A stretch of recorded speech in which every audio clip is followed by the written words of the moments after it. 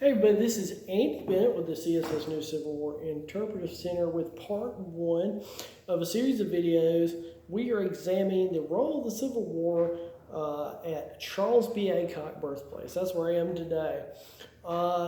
In this first video, we'll focus on the Union Army's role in the story of the birthplace. In 1865, Fort Fisher has fallen, then Fort Anderson. Federal forces are pushing in from New Bern. Kinston falls. Sherman has pushed in. Fayetteville has fallen. The battles of Averyboro and Bentonville have taken place. And Sherman's army is in command of the vital railroad crossing in Goldsboro, North Carolina. At this point, Sherman doesn't know what Grant wants him to do. Is he to push northward of the Weldon Railroad to come in and help box in Robert E. Lee at Petersburg, or is he to focus on Joseph E. Johnson's force now in Smithfield, North Carolina? They have a famous meeting, Grant, Sherman, and Lincoln at Sea Point in Virginia, in which that fate is decided. Grant will focus on Lee. Sherman is going to focus on Johnston. But before that conversation is settled, the railroad north of Goldsboro needs to be secured if they're going to advance north. So the 15th Corps is sent up that railroad. North of the railroad is the town of Pikeville. Then the Charles B. Aycock farm is near the town of Nahunta, back then Fremont today.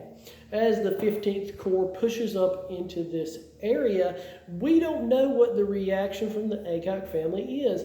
Imagine being young Charles seeing this large, what he would be considered an enemy army in his backyard.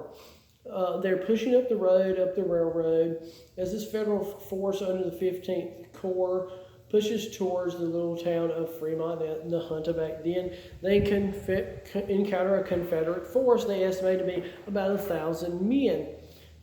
They slowly push them back, working northward to the little town of Black Creek or Black Creek Station. There, as they enter the swampy land around the Black Creek that the town is named after, they face heavy firepower and swampy terrain. They can't seem to force their way through. They work around to the east around the town of Stantonburg and Saratoga and try to push through the swamp there. Again, they encounter heavy firepower and are pushed back. The commander of the 15th Corps is worried that the whole Confederate Army is in front of him. He falls back, and over the next couple of days, between the town of Pikeville and Black Creek, there will be various skirmishes and capturing of people back and forth. Eventually, the word comes down, they're moving out. They're moving west. They're heading towards Raleigh. So they fall back further back down and cut cross-country west through what the town is called Kenly today, and begin their westward movement.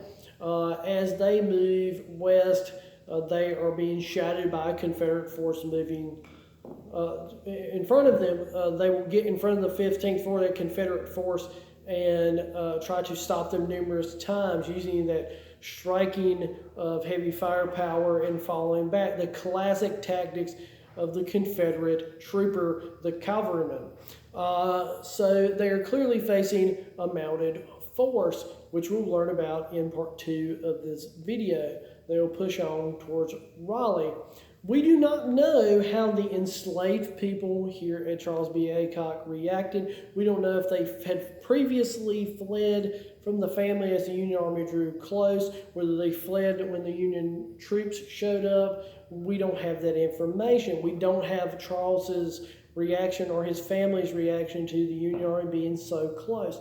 The railroad line, that critical road that those federal forces will be moved in, is roughly in the same place today, which is the Aycock birthplace is within visual distance of those two locations. So flankers from the Army the 15th Corps had to have come through their farm, but we just don't have any record of it. If you'll join me in part 2, and we'll learn about what the Confederate side of what's going on here and the Confederate connection to the Aycock family. As always, check out videos from all our state historic sites on YouTube, Facebook, and Instagram.